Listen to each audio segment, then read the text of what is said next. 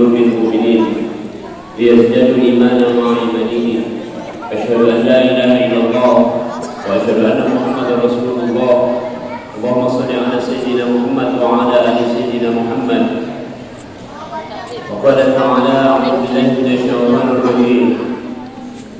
ولقد رأينا نزلة أخرى عند سدرة المنتهى عندها جنة المأوى. Al-ayat sadaqallah wa ba'du. Hadirin rahimahullah, pertama-tama aku ucapkan terima kasih sudah diundang ke masjid kita ini, dan tadi dijemput baliknya juga dibalikkan ya, balik dengan masjid tetangga pun ya. Oke. Jadi alhamdulillah kita berjumpa di sini. Yang saya muliakan ketua yayasan Prof. Al-Fikri. Alhamdulillah ada senior kami, beliau ini di Menteri, juga Pak Ketua Masjid Pak Ahmad, dan semua pengurus, ustaz, imam kita, dan galau-galau kita yang hadir di Tanjung Atap, Tanjung Batu. Duduk mantap-mantap, diamlah. Makanan lah tentu. Makanan apa tu? Dah usah ribut lagi. Oke, baik. Pertama, saya mengenalkan diri dulu. Saya yang ceramah ini dokter. Adik-adik, dia dokter. Jadi bicaranya ada sontekan, kan? Oke. Saya Satgas COVID-19. Karena itu di awal ini mari sama-sama aku ngajak dulu mengingatkan kita, karena sudah setahun ini kan kamu masak apa nih? Tanda-tanda ini kan? Ya, sudah setahun kita COVID-19. Yang pertama, mari sama-sama bersyukur kepada Allah bahwa sampai hari ini kita diberi nikmat, ada makanan, ada ilmu, ada sehat, ada iman, dan masih hidup. Itu nikmat yang tiada duanya. Wa in ta'udhu nikmat Allah la tuhsuha. Kalau engkau menghitung nikmat Allah, tidak akan bisa dihitung. Itu dulu yang kita syukuri. Yang kedua, mulai dari bulan Januari kemarin, 2 bulan yang lalu, bulan Januari, kasus COVID di Sumatera Selatan itu jumlahnya yang aktif masih kasus 1.800, 500-nya dirawat di rumah sakit, 1.300 isolasi mandiri alias gejala ringan. Nah, sekarang bulan Maret kasusnya turun tinggal 900. Jadi turun berapa? Baru 900 ini 250 dirawat di rumah sakit, 650 isolasi mandiri. Rumah sakit yang merawat COVID di Sumsel ini ada 50. Jadi kalau dirato-rato, kira-kira psikolog rumah sakit sekarang tinggal 5 sedikit. Kasus di Palembang ini 40%. Jadi kalau 900 berarti 360 ada di Palembang ini. Di Palembang 360 ini ada 16 kecamatan. Artinya ada sekitar 25 kasus per kecamatan. Di kecamatan mana ini? Sampo. Di Sampo jumlahnya banyak. Jadi cuma ada 25. Sedikit. Saya tekankan, kalau ada yang ngomong Sumsel zona merah, Lembang zona merah, bohong. Coba, bohong. Jangan kamu percaya. Itu satu. Yang kedua, sembuh sudah 90%. Sembuh sudah 90%. Artinya masalah yang sakit tinggal sedikit lagi. Oke.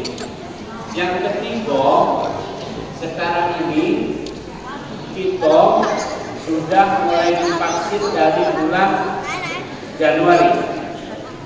Aku selesai juga sudah duluan aku. Januari kita divaksin, sampai sekarang kita sudah dapat vaksin 150.000. Wow. Jumlah yang nak divaksin di Sumsel ini, jumlah yang nak divaksin tidak banyak. Saya sampaikan dulu pelan-pelan supaya kita protesnya juga. Anak-anak tidak akan divaksin. Anak-anak tidak akan divaksin. Alasannya dua. Satu, vaksin tidak dirancang untuk anak-anak. Jadi vaksin COVID bukan untuk anak-anak. Yang kedua, anak-anak ini kebal, kuat terhadap COVID. Jadi panjang penjelasannya. Kalau aku jelaskannya, kami kira-kira kita kuliah 2 semester. Nah, oke. Jadi anak-anak memang bisa kena COVID, tetapi ringan dan cepat sembuh kalau kena. Tapi kebanyakan tidak kena. Maka itu anak-anak tidak divaksin. Kalau di Sumsel penduduknya 9 juta, 30% anak-anak, berarti yang tidak divaksin 3 juta. Tinggal sisa 6 juta. Dari 6 juta ini masih ada juga yang tidak divaksin, yaitu orang-orang yang punya penyakit. Jadi kalau ucapkan mudah nih, punya penyakit. Penyakitnya adalah darah tinggi, kencing manis, jantung, paru, lever, hati, ginjal, dan penyakit lain yang menurut dokter tidak boleh divaksin. Jadi total jenderal jumlahnya yang nak divaksin di Sumsel ini sekitar 5 juta. Tapi ada tapinya ini. COVID ini ternyata cuma atau merebak di Sumsel ini di ibu kota, kabupaten atau provinsi.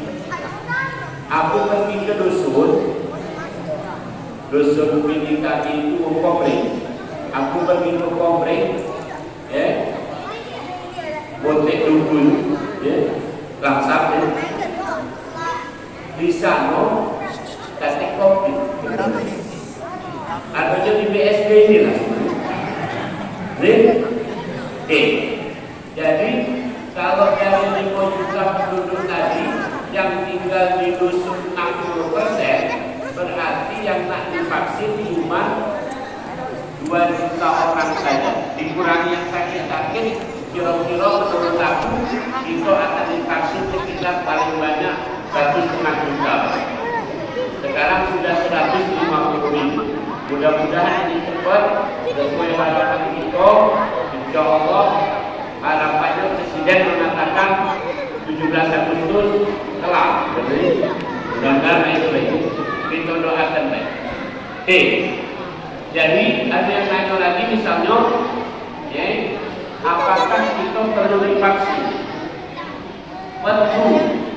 Katakannya harus yang sehat. Baik, harus yang sehat. Kalau ada penyakit tidak usah, karena vaksin ini fardu kifayah, wajib tapi kifayah. Ini bukan ilmu agama lain.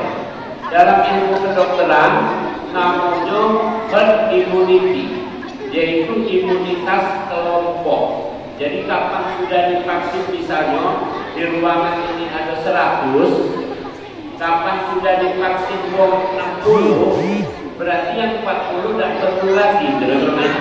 Kenapa? Yang 60 ini sudah akan melindungi yang 40. Jadi kira-kira itu.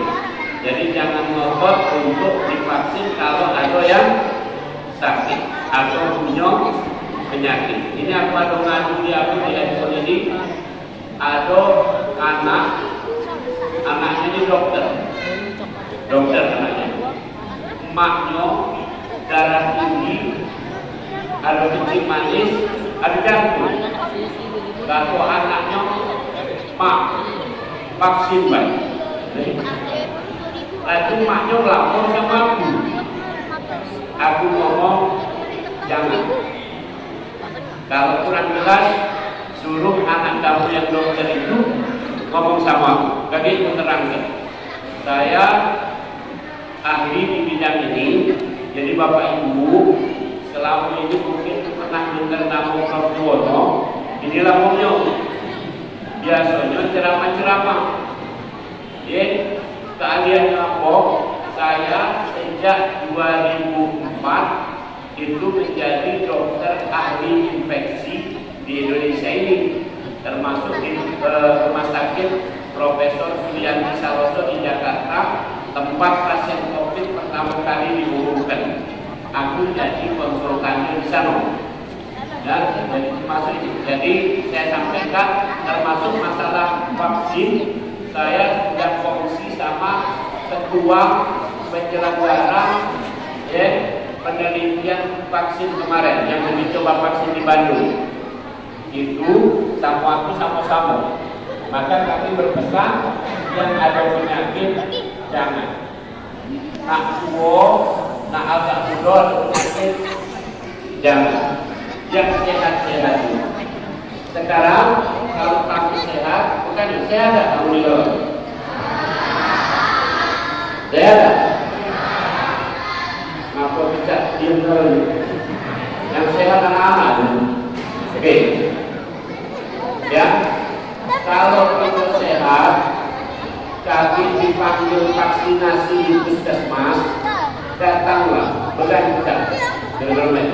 Bukan apa-apa, vaksin itu punya manfaat 65%. Jadi kalau ada yang 100 divaksin, maka 65-nya itu dipastikan insya Allah tidak akan kena COVID.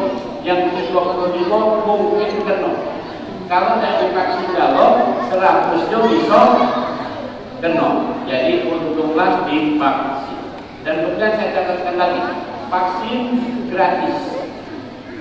Jadi kalau ada yang minta bayaran, laporkan. Vaksin gratis, termasuk vaksin untuk pekerja. Kami bapak-bapak yang kerja di perusahaan gratis. Yang bayar perusahaan, bukan bapak-bapak. Ulangi, jadi vaksin ini gratis. Ini keputusan yang sudah pemerintah. Kalau kami perusahaan, berarti perusahaan yang bayar, tapi karyawannya tidak bayar. Oke. Nah, ini sedikit tentang COVID. Lantas, resepnya, aku luruskan kamu kalau ini sudah setahun. Mari sama-sama kita hidup ini jangan ketakutan, tapi jangan meremehkan, alias waspada. Aku terangkan pelan-pelan. Ini ilmu. COVID bisa dicegah 3M. M yang pertama memakai masker. Aku sebutkan tadi. Pakai masker ini satu di tempat kerumunan. Sekarang bukan kerumunan atau bukan ini? Bukan. Kerumunan adalah kumpulan orang-orang yang tidak jelas. Sekarang kamu di sini tadi jelas nggak? Apa kamu di sini? Sholat tadi, sekarang peringatan Isra Mi'raj. Yang tidak jelas itu, saya mohon maaf, di pasar. Di pasar itu ada orang yang nak belanja, benar? Ada orang yang nak dagang, benar? Ada yang nak nyopet, tak? Oh.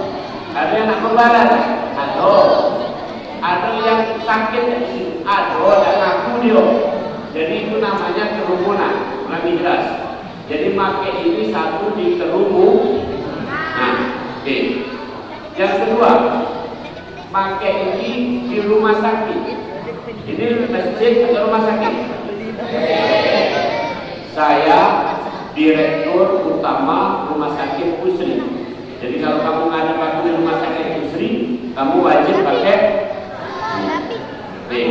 Kalau sini tidak wajib. Yang ketiga, masker dipakai kalau kita dekat sama orang sakit.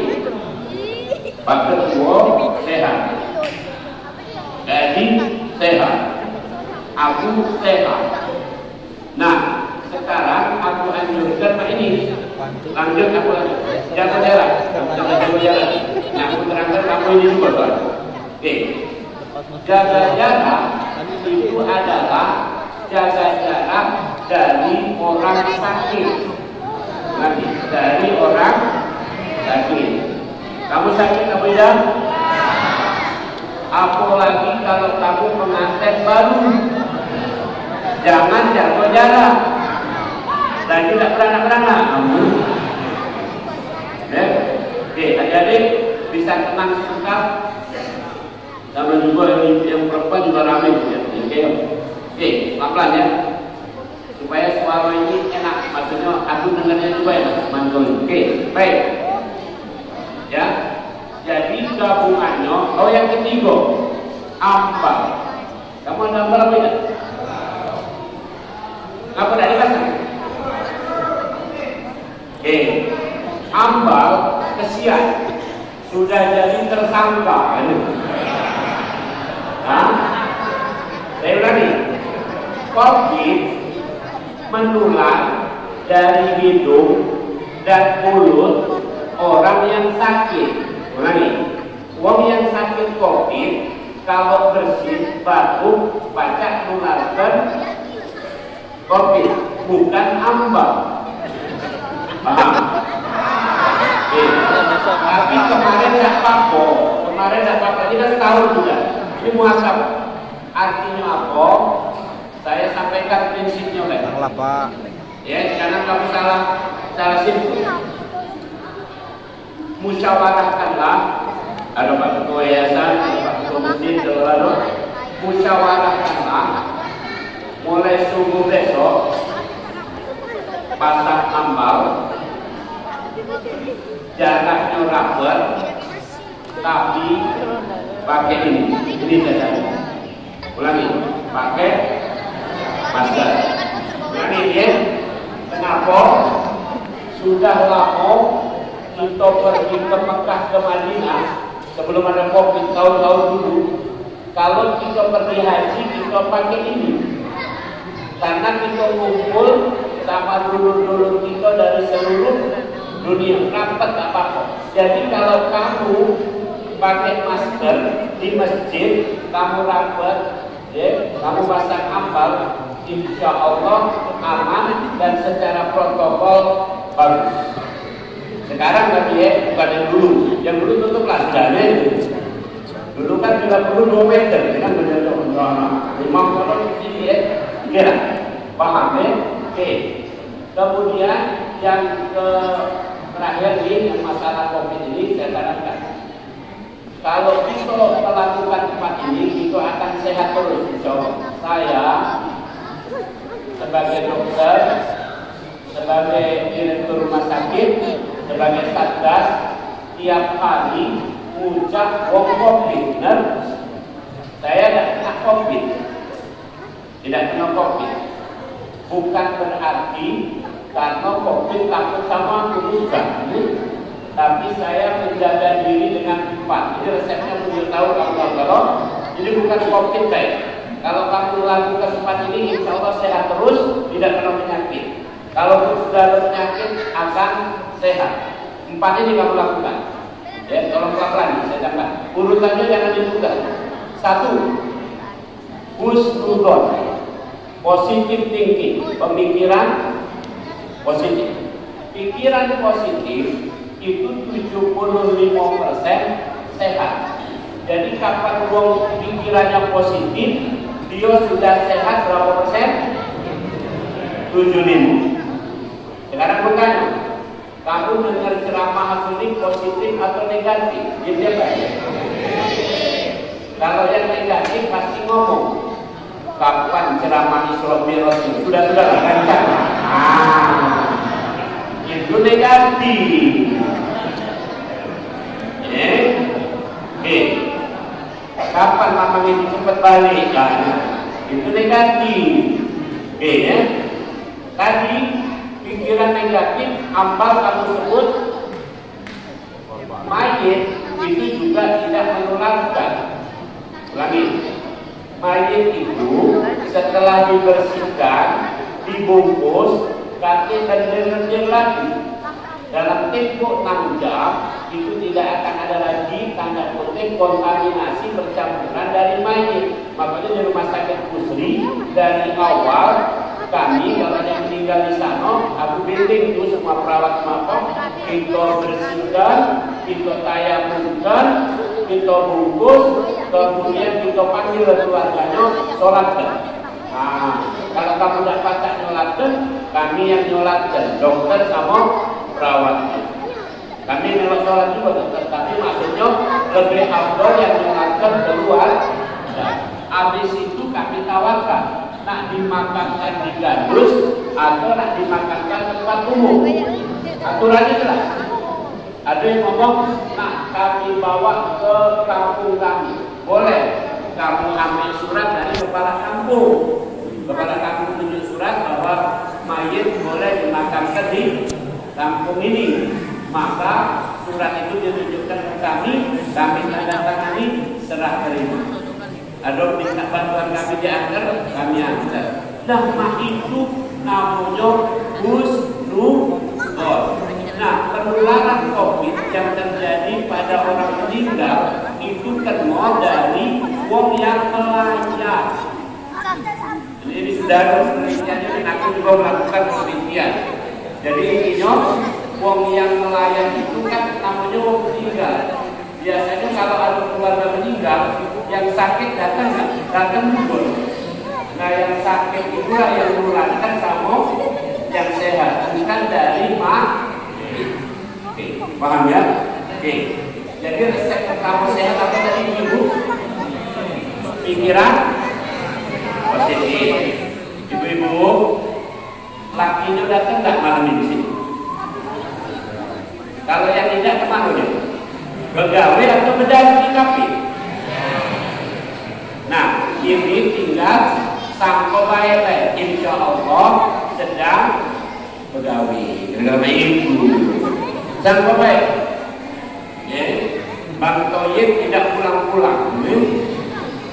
Sangko baik, sedang merantau cari nafkah. Sangko baik. Jadi anak-anak saya senang. Anak-anak ada yang ke masjid. Saya kasih resepnya untuk anak-anak ya. Nah, ini dokter. Mau jadi dokter? Mau. Saya juga ngajar di kedokteran. Jadi gurunya dokter. Oke. Jadi ini Pak dokter ini hafal Al-Quran.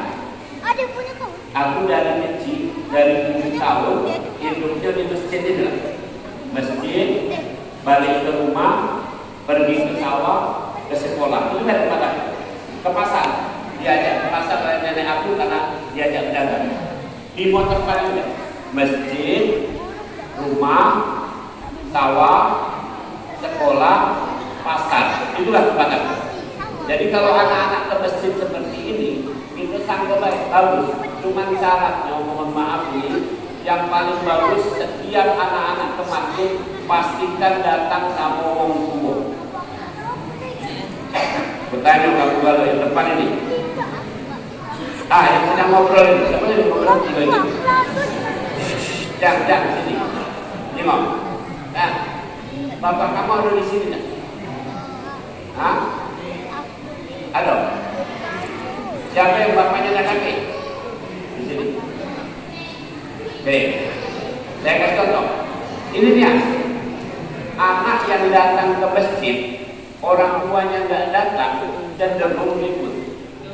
Tapi anak yang datang ke masjid bersama orang tuanya, maka dia bangga dengan orang tuanya. Saya punya anak 4, 3 lanang, 1 betina.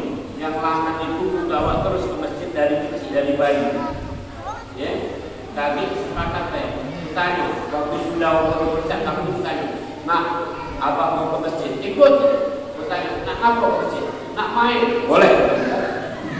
Tapi sholat dulu. Setelah sholat baru main. Mainnya di luar sana dan bermain. Jadi sepakat. Lama-lama sekarang sudah besar, sudah bosan main karena sudah mahasiswa.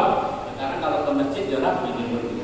Nah, jadi ini resep yang pertama tadi apa? Nasihat sangka baik, pikiran positif.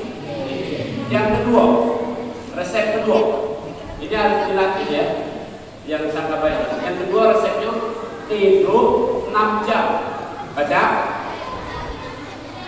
Ini kali kita selesai sebentar lagi belak itu, biar baca tidur 6 jam.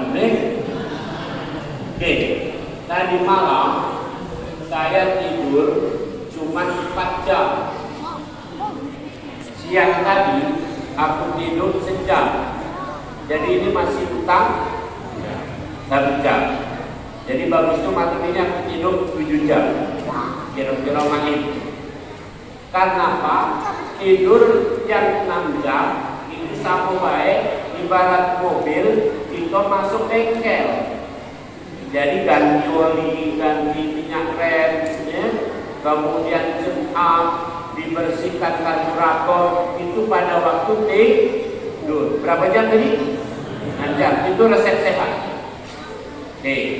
Resep sehat yang ketiga, cukup makan. Tidak usah nak milih-milih makanan. Yang penting sebelum makan baca Allahumma barik lana bima razaqtana wa qina adzabannar.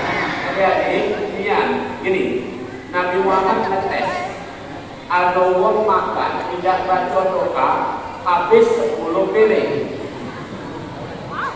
Kemudian dia baca doa hari raya lagi, dia baca doa, diajar doa, makan 1 piring hampir dah habis karena makanannya berkah. Jadi lagi cukup makan yang penting berkah, bukan mewah-mewah. Pokoknya makan apa? Kalau kamu mewahnya berapa macam kue? Wah, 4 macam, 5 macam. 5 macam. Minuman aku 2 macam. Jadi kamu berapa macam minuman? Coba ya. Jadi Ustaz kedua jadi. Oke. Nah, yang keempat resepnya adalah cukup gerak. Saya luruskan. Jadi iklan di TV yang ngomong mendepai di rumah stay at home itu salah. Yang benar bergerak. Sinar matahari besok pagi itu membunuh virus 100%. Sinar matahari. Angin ini menyebabkan kotoran, lendir-lendir, apa misalnya ambal membersih itu kena angin hanya dalam tempo 4 menit hilang nih. Yang kamu baca orang kalau ada COVID itu pacak lendirnya itu, dropletnya itu ada di gagang pintu di mana 9 jam. Itu di laboratorium, bukan di kenyataan. Saya kalau pergi kemana-mana buka pintu, pegang gagang pintu. Ada yang nanya sama aku, Prof Dono, ngapa pegang gagang pintu? Itu pacak kena ada COVID. Sudah setahun ini tidak dipegang gagang pintu itu. Kamu masuk ini kan? Ada? Jadi tidak dipegang. Aku tidak baru pegang jadi malah daun pintu ini lah kotor. Ini kalau dia. Nah itu namanya tidak berilmu. Makanya saya sampaikan, ya orang yang bergerak itu sehat. Orang yang kena matahari, kena angin sehat. Paham? Hadirin Rasulullah, satu lagi saya sarankan, saya punya sekolah terakreditasi dari TK, playgroup sampai SMA. Sejak pertama COVID, sekolah aku dibuka, tidak kasih online. tidak kate online. Bukan karena aku cerdas, tapi karena aku pakai ilmu. Aku sampaikan juga kepala dinas pendidikan laporkan sekolah aku nak buka.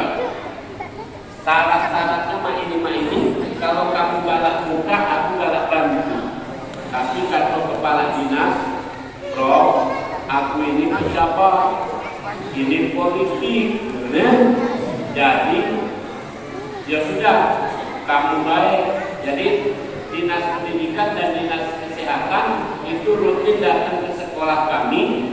Itu senangnya.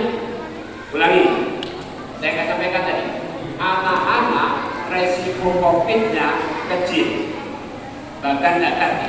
Oke. Yang kedua, anak-anak ini lebih sehat kena matahari, kena angin tadi. Yang ketiga, anak-anak ini harus dapat 3 hal. 1, dapat karakter atau akhlak. Itu tidak bisa lewat online. Yang kedua, anak-anak harus dapat kompetensi kebacaan. Itu tidak bisa lewat online. Yang ketiga, anak-anak harus dapat literasi atau pengetahuan. Ini bisa lewat online. Jadi dari 3 cuma dapat 1. Inilah saya sedih. Jadi kalau ada anak-anak yang sekarang saya bilang wajar. Kelas setahun tidak terus sekolah. Kira-kira itu. Malah di Muara ini saya kan sebagai satgas punya datanya. Di Muara itu anak SMA itu yang menikah satu SMA itu sudah lebih dari 25 pasang. Jadi 50-an sudah menikah. Karena KTKW di Sungai Lele budak-budak SMP disuruh masuk, tidak galak lagi. Kalau mak tak sekolah, kata cuma itu. Jadi saya, oke. Jadi tolong camkan sekarang ini kalau yang ada profesinya bapak ibu guru, tolong melok vaksin, jangan takut-takut. Karena wali kota dan gubernur sudah ambil keputusan setelah guru divaksin, anak-anak boleh masuk. Karena ini banyak bapak ibu guru yang ketakutan tidak keluar. Aku sudah 2 sekolah dipanggil suruh memberi penyadaran kepada guru. Gini ya, vaksin itu ada 4 meja. Meja 1 pendaftaran, meja 2 pemeriksaan, meja 3 suntik, meja 4 observasi pengamatan. Ulangi.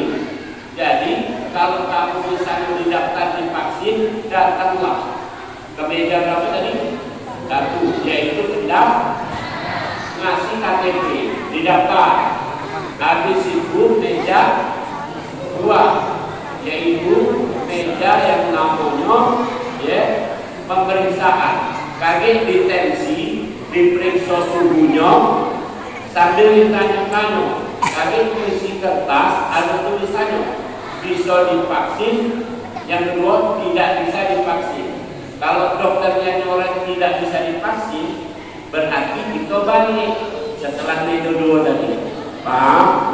Tapi datanglah, karena ini program kita bersama-sama. Jadi pemerintah bisa tahu siapa yang bisa divaksin, siapa yang tidak. Paham ya? Nih, demikian dari pengantarnya agak panjang sedikit tentang vaksin, tentang COVID ini. Karena ini saya penting banget, apalagi kamu termasuk kelurahan yang apa nih? Kambu, ini Kangkal. Jadi kan ini baru sampai gerbang COVID itu langsung aku tadi Kambu. Oke, baik. Jadi setelah sadar masalah ini, ya, mari kita boleh masuk inti dari Isra Mi'raj. Isra Mi'raj itu ada di 2 surat.